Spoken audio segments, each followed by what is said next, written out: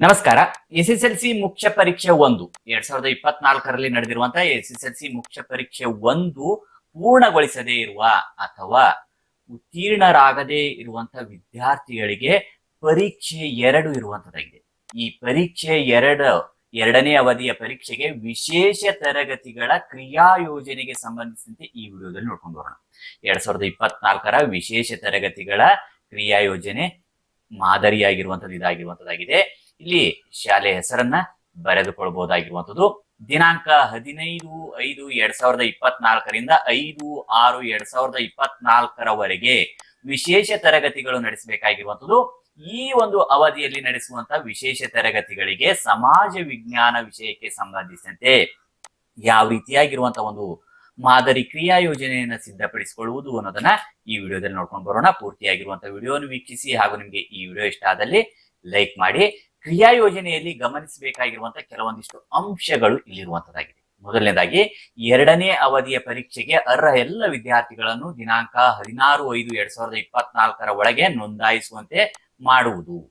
ಎರಡನೇದಾಗಿ ಪ್ರಸ್ತುತ ಬಿಸಿಲಿನ ತಾಪ ಹೆಚ್ಚಿರುವುದರಿಂದ ವಿದ್ಯಾರ್ಥಿಗಳ ಹಿತದೃಷ್ಟಿಯಿಂದ ಮುನ್ನೆಚ್ಚರಿಕೆ ವಹಿಸಬೇಕಾಗಿರುವಂತದ್ದು ಆಗಿದೆ. ತರಗತಿ ತೆಗೆದುಕೊಳ್ತಾ ಇರುವಂತಹ ಸಂದರ್ಭದಲ್ಲಿ ಆಗಿರ್ಲಿ, ಬಿಸಿಲಿನ ತಾಪ ಹೆಚ್ಚಾಗಿರುವುದರಿಂದ ಆದಷ್ಟು ಮುಂಜಾಗ್ರತೆ ಕ್ರಮಗಳನ್ನು ಪ್ರತಿಯೊಬ್ಬರು ವಹಿಸಬೇಕಾಗಿರುವಂತದ್ದು ವಿದ್ಯಾರ್ಥಿಗಳ ಹಿತದೃಷ್ಟಿಯಿಂದ ಆಗಿರುವಂತದ್ದು. ಇನ್ನು ಮೂರನೇದಾಗಿ ಮಧ್ಯಾಹ್ನದ ಬಿಸಿ ಊಟವನ್ನ ಮಾಡಿಸುವುದು ಮತ್ತು ಇದನ್ನ ಮುಖ್ಯ ಗುರುಗಳು ಸಮರ್ಪಕವಾಗಿ ನಿರ್ವಹಿಸ್ತಾ ಇರುವಂತಹ ಸಂದರ್ಭದಲ್ಲಿ ಸಹಕರಿಸುವಂತದ್ದು ಸಹ ಆಗಿರುವಂತದ್ದು. ಇನ್ನು ನಾಲ್ಕನೇದಾಗಿ ಎಲ್ಲ ವಿದ್ಯಾರ್ಥಿಗಳಿಗೂ ವಿಶೇಷ ತರಗತಿಗೆ ಹಾಜರಾಗಲು ತಿಳಿಸಿ ಮನವೊಲಿಸುವುದು, ಹಾಜರಾತಿ ಹೆಚ್ಚಿಸುವುದು. ಇಲ್ಲಿ ವಿಶೇಷ ತರಗತಿಗಳು ನಡೀತಾ ಇವೆ ಈ ಒಂದು ದಿನಾಂಕದಿಂದ ಅನ್ನುವಂತಹ ಒಂದು ಜ್ಞಾನವನ್ನ ವಿದ್ಯಾರ್ಥಿಗಳಿಗೆ ತಿಳಿಸುವಂಥದ್ದು, ಅವರಿಗೆ ಇದರ ಬಗ್ಗೆ ತಿಳುವಳಿಕೆಯನ್ನು ಮೂಡಿಸಿ ಮನವೊಲಿಸಿ, ಕೆಲವೊಂದು ಟೈಮ್ ಅವ್ರು ಹಾಜರಾಗಲು ಸಾಧ್ಯವಾಗದೇ ಇದ್ದಲ್ಲಿ ಸಹ ಅವರಿಗೆ ಅವರ ಪಾಲಕ, ಪೋಷಕ ಅಥವಾ ತಂದೆ ತಾಯಿಯರ ಮನವೊಲಿಸಿ ಹಾಜರಾಗುವಂತೆ ಹಾಜರಾತಿಯನ್ನ ಹೆಚ್ಚಿಸಬೇಕಾಗಿರುವಂಥದ್ದು. ಇನ್ನು ಐದನೇದಾಗಿ ಕಲಿಕಾಸರೆ ಪುಸ್ತಕಗಳನ್ನ ಸಮರ್ಪಕವಾಗಿ ಉಪಯೋಗಿಸಿಕೊಳ್ಳುವುದು. ಇಲ್ಲಿ ಒದಗಿಸಿಕೊಟ್ಟಿರುವಂತಹ ಕಲಿಕಾಸರೆ ಪುಸ್ತಕಗಳನ್ನ ಸಮರ್ಪಕವಾಗಿ ಉಪಯೋಗಿಸಿಕೊಂಡು ಅದನ್ನ ಬಳಸಿಕೊಂಡು ಇಲ್ಲಿ ಕ್ರಿಯಾ ಯೋಜನೆಯನ್ನು ಸಿದ್ಧಪಡಿಸಬೇಕಾಗಿರುವಂತದ್ದಾಗಿದೆ. ಇನ್ನು ಆರನೇದಾಗಿ ವಿದ್ಯಾರ್ಥಿಗಳಿಗೆ ಪಾಠ ಬೋಧನೆಗಿಂತಲೂ ಪರೀಕ್ಷೆಯಲ್ಲಿ ಬರೆಯುವ ಸಾಮರ್ಥ್ಯವನ್ನು ಹೆಚ್ಚಿಸಲು ಇಲ್ಲಿ ಹೆಚ್ಚಿನ ಗಮನ ವಹಿಸಿ ಕ್ರಿಯಾ ಯೋಜನೆಯನ್ನ ಇಲ್ಲಿ ಸಿದ್ಧಪಡಿಸಲಾಗ್ತಾ ಇರುವಂತದ್ದು ಆಗಿದೆ. ಇಲ್ಲಿ ಮೊದಲನೇದಾಗಿ ಪ್ರಶ್ನೆ ಪತ್ರಿಕೆಯ ವಿನ್ಯಾಸವನ್ನ ಮೊದಲು ವಿದ್ಯಾರ್ಥಿಗಳಿಗೆ ತಿಳಿಸಿಕೊಡ್ಬೇಕಾಗಿರುವಂತದ್ದು. ಇದರ ಬಗ್ಗೆ ಸಂಪೂರ್ಣ ಜ್ಞಾನ ಫಸ್ಟ್ ಮೂಡಿಸಿಕೊಳ್ಬೇಕಾಗಿರುವಂತದ್ದು. ಹಾಗಾಗಿ ಪ್ರಶ್ನೆ ಪತ್ರಿಕೆಯ ವಿನ್ಯಾಸವನ್ನ ಇಲ್ಲಿ ನಾವು ಬರೆದುಕೊಳ್ತಾ ಇರುವಂತದ್ದು. ಬಹು ಆಯ್ಕೆ ಪ್ರಶ್ನೆಗಳು ಮತ್ತು ಅಂಕಗಳು ಎಷ್ಟಿರುವಂತದ್ದು 8 ಬಹು ಆಯ್ಕೆ ಪ್ರಶ್ನೆ ಇರುವಂತದ್ದು. ಪ್ರತಿಯೊಂದಕ್ಕೂ 1 ಅಂಕದಂತೆ ಒಟ್ಟು 8 ಅಂಕಗಳಿರುವಂತದ್ದು. ಇನ್ನು 1 ಅಂಕದ ಪ್ರಶ್ನೆಗಳು ಮತ್ತು ಅಂಕಗಳು ನೋಡಿದಾಗ 8 1 ಅಂಕದ ಪ್ರಶ್ನೆಗಳಿರುವಂತದ್ದು. ಪ್ರತಿಯೊಂದಕ್ಕೂ 1 ಅಂಕದಂತೆ ಒಟ್ಟು 8 ಅಂಕಗಳಿರುವಂತದ್ದು. ಇನ್ನು 2 ಅಂಕದ ಪ್ರಶ್ನೆಗಳು ಮತ್ತು ಅಂಕಗಳು ನೋಡಿದಾಗ 2 ಅಂಕದ 8 ಪ್ರಶ್ನೆಗಳಿರುವಂತದ್ದು. 2 ಅಂಕ ಒಟ್ಟು 16 ಅಂಕಗಳಿರುವಂತದ್ದು. ಇನ್ನು 3 ಅಂಕದ ಪ್ರಶ್ನೆಗಳು 9 ಇರುವಂತದ್ದು. ಪ್ರತಿಯೊಂದಕ್ಕೂ 3 ಅಂಕದಂತೆ ಒಟ್ಟು 27 ಅಂಕಗಳು ಇಲ್ಲಿರುವಂತದ್ದಾಗಿದೆ. ಇನ್ನು 4 ಅಂಕದ ಪ್ರಶ್ನೆಗಳನ್ನು ನೋಡಿದಾಗ 4 ಪ್ರಶ್ನೆಗಳಿರುವಂತದ್ದು. 4 ಅಂಕ ಒಟ್ಟು 16 ಅಂಕಗಳಿರುವಂತದ್ದು. 5 ಅಂಕದ ಪ್ರಶ್ನೆ ಮತ್ತು ಅಂಕ ನೋಡಿದಾಗ 1 ಪ್ರಶ್ನೆ ಇದೆ ಮತ್ತು ಇಲ್ಲಿ 1 ನಕಾಶೆಗೆ ಇನ್ನು 4 ಸ್ಥಳಗಳನ್ನು ಗುರುತಿಸುವುದಕ್ಕೆ ಒಟ್ಟು 5 ಅಂಕಗಳ ಹಂಚಿಕೆ ಇಲ್ಲಿರುವಂತದ್ದಾಗಿದೆ. ಒಟ್ಟು 38 ಪ್ರಶ್ನೆಗಳು ಮತ್ತು 80 ಅಂಕಗಳ ಹಂಚಿಕೆ ಈ ರೀತಿಯಾಗಿ ಪ್ರಶ್ನೆ ಪತ್ರಿಕೆಯ ವಿನ್ಯಾಸ ಇರುವಂತದ್ದಾಗಿ ಈ ಕ್ರಿಯಾ ಯೋಜನೆಯ ಸಂದರ್ಭದಲ್ಲಿ ಪ್ರಶ್ನೆ ಪತ್ರಿಕೆಯ ವಿನ್ಯಾಸವನ್ನು ಸಹ ವಿದ್ಯಾರ್ಥಿಗಳಿಗೆ ತಿಳಿಸಿಕೊಡ್ಬೇಕಾಗಿರುವಂತದ್ದಾಗಿರ್ತದೆ. ಈಗ ಕ್ರಿಯಾ ಯೋಜನೆ ಯಾವ ರೀತಿಯಾಗಿ ನಾವು ಸಿದ್ಧಪಡಿಸಿಕೊಳ್ಳಬಹುದು ಅಂತ ಹೇಳಿ ನೋಡ್ಕೊಂಡು ಬರೋಣ. ಇಲ್ಲಿ ಕ್ರಿಯಾ ಯೋಜನೆಯಲ್ಲಿ ಮೊದಲನೇದಾಗಿ ಕ್ರಮ ಸಂಖ್ಯೆ ಹಾಕೊಂಡಿರುವಂತದ್ದು, ದಿನಾಂಕ ಯಾವ ದಿನಾಂಕಕ್ಕೆ ಏನ್ ಮಾಡ್ತಾ ಇದೀವಿ ಅನ್ನೋದಕ್ಕೆ ಸಂಬಂಧಿಸಿದಂತೆ ಇಲ್ಲಿ ದಿನಾಂಕ ಬರೆದುಕೊಂಡಿರುವಂತದ್ದು, ಕ್ರಿಯಾ ಯೋಜನೆ ಅಥವಾ ಚಟುವಟಿಕೆ ಅಥವಾ ಬೋಧನೆಗೆ ಸಂಬಂಧಿಸಿದಂತೆ ಇಲ್ಲಿರುವಂತದ್ದಾಗಿದೆ. ಗರಿಷ್ಠ ಅಂಕಗಳು ಈ ಒಂದು ಚಟುವಟಿಕೆ ಆಗಿರ್ಲಿ, ಕ್ರಿಯೆ ಆಗಿರ್ಲಿ, ಬೋಧನೆಗೆ ಆಗಿರ್ಲಿ ಗರಿಷ್ಠ ಅಂಕಗಳು ಎಷ್ಟಿವೆ, ದೊರೆಯಬಹುದಾದ ಅಂಕಗಳು, ಇದರಲ್ಲಿ ಎಷ್ಟು ಅಂಕಗಳನ್ನು ಸಂಪಾದಿಸಿಕೊಳ್ಬಹುದು. ಇನ್ನು ಶರ ಕಾಲಂ ಇರುವಂತದ್ದಾಗಿದೆ. ಮೊದಲನೇದಾಗಿ ಫಸ್ಟ್ ಡೇ 15/5/2024ರಂದು ಇಲ್ಲಿ ಯಾವುದಕ್ಕೆ ಪ್ರಿಫರೆನ್ಸ್ ಕೊಡ್ಬೇಕಂದಾಗ ಮೊದಲು ಅರ್ಹ ವಿದ್ಯಾರ್ಥಿಗಳನ್ನು SSLC ಪರೀಕ್ಷೆ 2ಕ್ಕೆ ನೋಂದಣಿ ಮಾಡಿಸುವುದಕ್ಕಾಗಿ ಫಸ್ಟ್ ಪ್ರಿಫರೆನ್ಸ್ ಕೊಡಬೇಕಾಗಿರುವಂತದ್ದು. ಅದು ಆದ ನಂತರ ನಾವು ಇಲ್ಲಿ 5 ಅಂಕದಿಂದ ಪ್ರಾರಂಭಿಸಿ 5 ಅಂಕ 4 ಅಂಕ 3 ಅಂಕಗಳಿಗೆ ಮೊದಲು ಪ್ರಾಧಾನ್ಯತೆ ಕೊಡಬೇಕಾಗಿರುವಂತದ್ದು. ಏಕೆಂದಾಗ 5 ಅಂಕದ ಪ್ರಶ್ನೆಗಳು ಅವೇ ಬಹಳಷ್ಟು ಬಾರಿ ರಿಪೀಟ್ ಆಗುವಂತದ್ದಾಗಿರ್ತದೆ. 4 ಅಂಕದ ಪ್ರಶ್ನೆಗಳು ಸಹ ಬಹಳಷ್ಟು ಬಾರಿ ರಿಪೀಟ್ ಆಗುವಂತದ್ದು. ಅವು ಆ ಒಂದು ಪ್ರಶ್ನೆಗಳಿಗೆ ಪ್ರಾಕ್ಟೀಸ್ ಮಾಡಿದೆ ಅದಲ್ಲಿ ನೆನಪಿಟ್ಟುಕೊಳ್ಳುವುದಕ್ಕೂ ಸಹ ಸುಲಭವಾಗಿರ್ತದೆ. ಅದೇ ಪ್ರಶ್ನೆಗಳು ರಿಪೀಟ್ ಆಗಿ ಬರುವುದರಿಂದ ಅವರು ಉತ್ತರಿಸುವುದಕ್ಕೂ ಸಹ ಅನುಕೂಲವಾಗುವಂತದ್ದಾಗಿರ್ತದೆ. ಅಥವಾ 4 ಅಂಕದ ಪ್ರಶ್ನೆ ಇದ್ದಲ್ಲಿ ಅಲ್ಲಿ 1 2 3 ಅಂಕಗಳು ಸಂಪಾದನೆ ಮಾಡಿಕೊಳ್ಳುವುದು ಬಹಳ ಸುಲಭವಾಗುವಂತದ್ದಾಗಿರ್ತದೆ. 1 ಅಂಕದ ಪ್ರಶ್ನೆಯಲ್ಲಿ ನೇರವಾಗಿ ಉತ್ತರ ಬರೆದಿದೆ ಅದಲ್ಲಿ ಅಂಕ ಸಿಗ್ತವೆ, ಇಲ್ಲಾಂದ್ರೆ ಸಿಗೋದಿಲ್ಲ. ಇನ್ನು ಇದೇ ದಿನಾಂಕಕ್ಕೆ ಭಾರತ ನಕಾಶೆಯನ್ನು ಬರೆಯುವುದನ್ನು ಅಭ್ಯಾಸ ಮಾಡಿಸುವುದು. ಇಲ್ಲಿ 5 ಅಂಕಗಳಿರ್ತವೆ. ಒಟ್ಟಾರೆಯಾಗಿ ಈ ಭಾರತ ನಕಾಶೆ ಮತ್ತು ಸ್ಥಳಗಳಿಗೆ ಸಂಬಂಧಿಸಿದಂತೆ 5 ಅಂಕ ಇರುವಂತದ್ದು.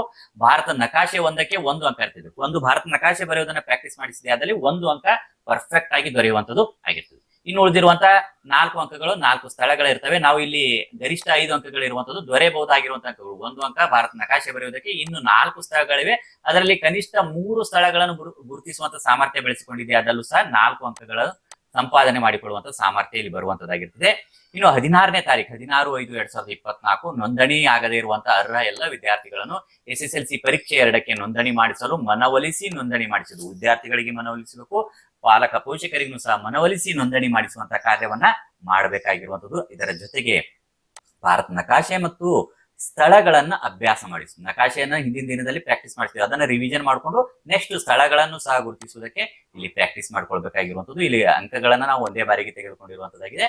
ಹಾಗಾಗಿ ಅದನ್ನು ಕಂಟಿನ್ಯೂ ಮಾಡ್ಕೊಂಡು ಹೋಗ್ತಾ ಇದ್ದೀವಿ. ಇನ್ನು 17ನೇ ತಾರೀಕು ಭಾರತ ನಕಾಶೆ ಮತ್ತು ಸ್ಥಳಗಳ ಮೇಲೆ ಒಂದು ಕಿರು ಪರೀಕ್ಷೆಯನ್ನ ನಡೆಸಿ ಈ 4 ಅಂಕಗಳ ಒಂದು ಸಂಪಾದನೆ ಮಾಡುವಂತ ಸಾಮರ್ಥ್ಯ ಆ ವಿದ್ಯಾರ್ಥಿಯಲ್ಲಿ ಬಂದಿದೀವಾ ಇಲ್ವಾ ಅನ್ನೋದನ್ನ ನೋಡ್ಕೊಳ್ಬೇಕಾಗಿರುವಂತ. ಒಂದು ವೇಳೆ ಬರದೇ ಇದ್ದಲ್ಲಿ ಇನ್ನೊಂದು ಬಾರಿ ರಿವಿಷನ್ ಮಾಡಿಸಿ ಮನೆಯಲ್ಲಿ ಪ್ರಾಕ್ಟೀಸ್ ಮಾಡಿಸಿ ಅಥವಾ ಉಳಿದಿರುವಂತ ಟೈಮ್ ನಲ್ಲಿ ಪ್ರಾಕ್ಟೀಸ್ ಮಾಡುವುದಕ್ಕೆ ಹೇಳಿ ಆ ಒಂದು ಸಾಮರ್ಥ್ಯ 5 ಅಂಕದಲ್ಲಿ ಕನಿಷ್ಠ 4 ಆದರೂ ಸಂಪಾದನೆ ಮಾಡಿಕೊಳ್ಳುವಂತ ಸಾಮರ್ಥ್ಯವನ್ನ ಬೆಳೆಸುವಂತೆ ಪ್ರಯತ್ನಿಸುವಂತದ್ದಾಗಿದೆ. ಇನ್ನು 18/5/2024 ಹಿಂದಿನ ವರ್ಷದ ಪರೀಕ್ಷೆಯಲ್ಲಿ ಕೇಳಿರುವ ಮತ್ತು ಕಲಿಕಾಸರೆ ಪುಸ್ತಕದಲ್ಲಿರುವ 4 ಅಂಕದ ಪ್ರಶ್ನೆಗಳನ್ನು ಪ್ರತಿದಿನ ಅಭ್ಯಾಸ ಮಾಡಿಸುವುದು. ಇಲ್ಲಿ 4 ಅಂಕದ ಪ್ರಶ್ನೆಗಳು ರಿವಿಷನ್ ಆಗುವಂತದ್ದಾಗಿರ್ತದೆ. ಆ ಕೆಲವೊಂದು ಪ್ರಶ್ನೆಗಳು ರಿವಿಷನ್ ಆಗುವುದರಿಂದ ರಿವಿಷನ್ ಆಗುವಂತ ಪ್ರಶ್ನೆಗಳನ್ನ ಸೆಲೆಕ್ಟ್ ಮಾಡಿಕೊಂಡು ಪ್ರತಿದಿನ 2, 3, 4 ಪ್ರಶ್ನೆಗಳನ್ನ ಪ್ರಾಕ್ಟೀಸ್ ಮಾಡಿಸುವುದು, ರಿವಿಷನ್ ಆಗಿ ಬರೆಸುವಂತದ್ದು, ನೋಡದೆ ಬರೆಯುವಂತ ಪ್ರಾಕ್ಟೀಸ್ ಅನ್ನ ಮಾಡಿಸ್ಕೊಂಡು ಈ ರೀತಿ ದಿನಾಲು ಪ್ರಾಕ್ಟೀಸ್ ಮಾಡ್ಕೊಂಡು ಬರ್ಬೇಕಾಗಿರುವಂತದ್ದು. ಇಲ್ಲಿ 4 ಅಂಕದ 4 ಪ್ರಶ್ನೆಗಳ 16 ಅಂಕಗಳು ಇರುವಂತದ್ದು. ಈ 16 ಅಂಕಗಳಲ್ಲಿ ಕನಿಷ್ಠ ಆ ಎಲ್ಲ ಪ್ರಶ್ನೆಗಳಿಗೂ ಉತ್ತರಿಸದೇ ಇದ್ದಲ್ಲೂ ಸಹ 12 ಅಂಕಗಳನ್ನು ಸಹ ಸಂಪಾದನೆ ಮಾಡಿಕೊಳ್ಳುವಂತ ಸಾಮರ್ಥ್ಯ ಇಲ್ಲಿ ಬರುವಂತದ್ದಾಗಿರ್ತದೆ. ಈ ಒಂದು 18ನೇ ತಾರೀಕು ಮತ್ತು 19, 20, 21, 22, 23 ಮತ್ತು 24ನೇ ತಾರೀಕಿನವರೆಗೂ ಸಹ ಇದನ್ನೇ ಪ್ರಾಕ್ಟೀಸ್ ಮಾಡ್ಕೊಂಡು ಬರ್ಬೇಕಾಗಿರುವಂತದ್ದಾಗಿದೆ.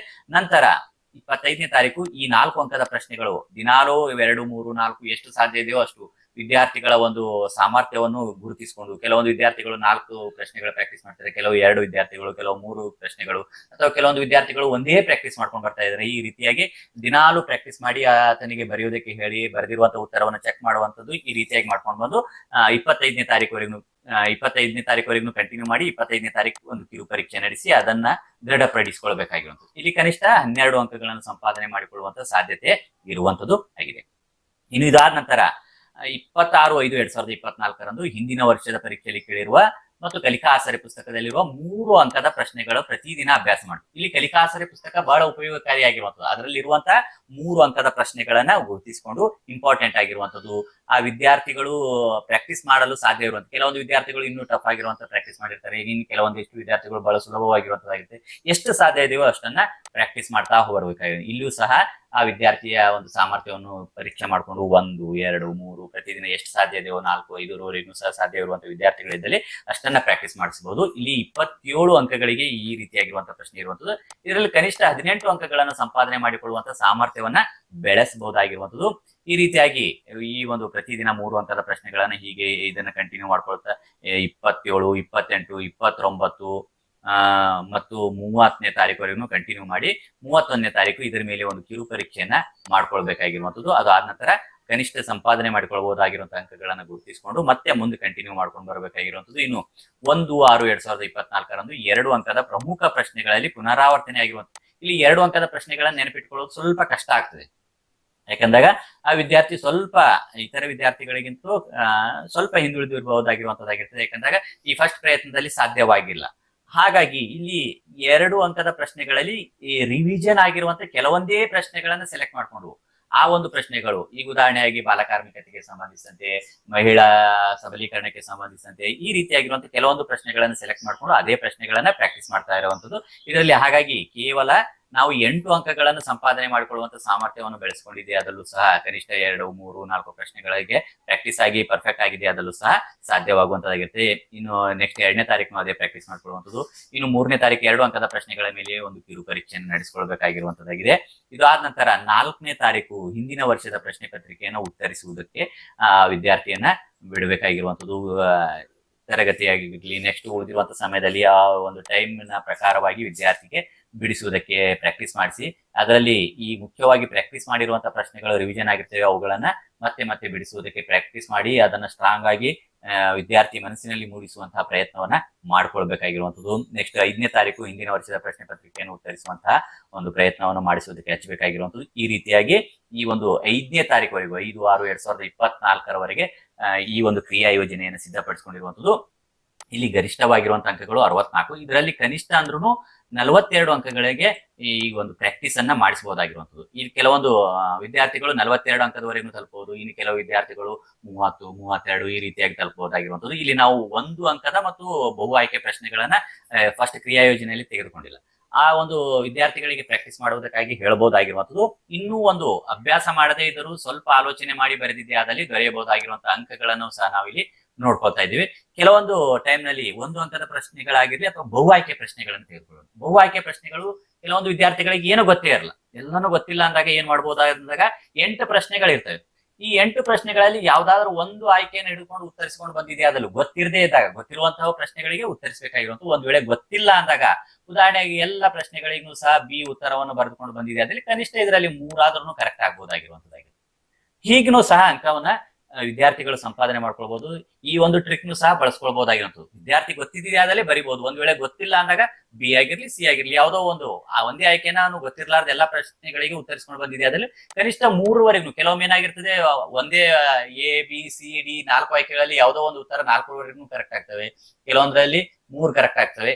ಸಾಮಾನ್ಯವಾಗಿ 3 ಕರೆಕ್ಟ್ ಆಗುವಂತದ್ದಾಗಿರ್ತದೆ, 3 ಅಥವಾ ಕೆಲವೊಂದು ಟೈಮ್ ನಲ್ಲಿ ಹೆಚ್ಚಾಗಬಹುದಾಗಿರುವಂತದ್ದಾಗಿರ್ತದೆ. ಈ ರೀತಿಯಾಗಿ ತೆಗೆದುಕೊಂಡಾಗ 72 ಅಂಕಗಳಲ್ಲಿ ಕನಿಷ್ಠ 45 ಅಂಕಗಳನ್ನು ಸಹ ಸಂಪಾದನೆ ಮಾಡಿಕೊಳ್ಳುವಂತ ಸಾಮರ್ಥ್ಯವನ್ನು ಬೆಳೆಸಬಹುದಾಗಿರುವಂಥದ್ದು. ಇಷ್ಟು ಬೇಡ, ಇದಕ್ಕಿಂತಲೂ ಕಡಿಮೆ ಅಂದ್ರೆ ವಿದ್ಯಾರ್ಥಿ ಇಷ್ಟು ಚಟುವಟಿಕೆಗಳನ್ನು ಪ್ರತಿದಿನ ತಪ್ಪದೇ ವಿಶೇಷ ತರಗತಿಗೆ ಹಾಜರಾಗಿ ಪ್ರಯತ್ನ ಮಾಡಿದೆ ಆದಲ್ಲಿ ಕನಿಷ್ಠ 28 ಅಂಕಗಳನ್ನು ಸಂಪಾದಿಸುವುದಕ್ಕೆ ಇದರಿಂದ ಸಾಧ್ಯವಾಗುವಂತದಾಗುತ್ತೆ. ಅವರ ಒಂದು ಸಾಮರ್ಥ್ಯ ಅದರ ಮೇಲೆ ಎಷ್ಟು ಪ್ರಾಕ್ಟೀಸ್ ಮಾಡಿ ಆ ವಿದ್ಯಾರ್ಥಿ ಬರೆಯುವಂತ ಸಾಮರ್ಥ್ಯ ಬೆಳೆಸ್ಕೊಂಡಿದ್ದಾನೆ ಅನ್ನೋದ್ರ ಮೇಲೆ ಈ 45ರವರೆಗೂ ತಲುಪಬಹುದಾಗಿರುವಂಥದ್ದು. ಇನ್ನು ಸ್ವಲ್ಪ ನಿಧಾನಗತಿಯಲ್ಲಿ ಕಲಿಯುವಂತಹ ವಿದ್ಯಾರ್ಥಿಗಳಿಗೆ ಕನಿಷ್ಠ 28ರವರೆಗೂ ಒಯ್ಯುವಂತಹ ಸಾಮರ್ಥ್ಯ ಇದರ ಮೂಲಕ ಮಾಡುವಂತದ್ದಾಗಿರ್ತದೆ. ಹೀಗೆ ಈ ಒಂದು ಕ್ರಿಯಾ ಯೋಜನೆಯನ್ನ ಇಲ್ಲಿ ಸಿದ್ಧಪಡಿಸಿಕೊಂಡಿರುವಂತದ್ದಾಗಿದೆ.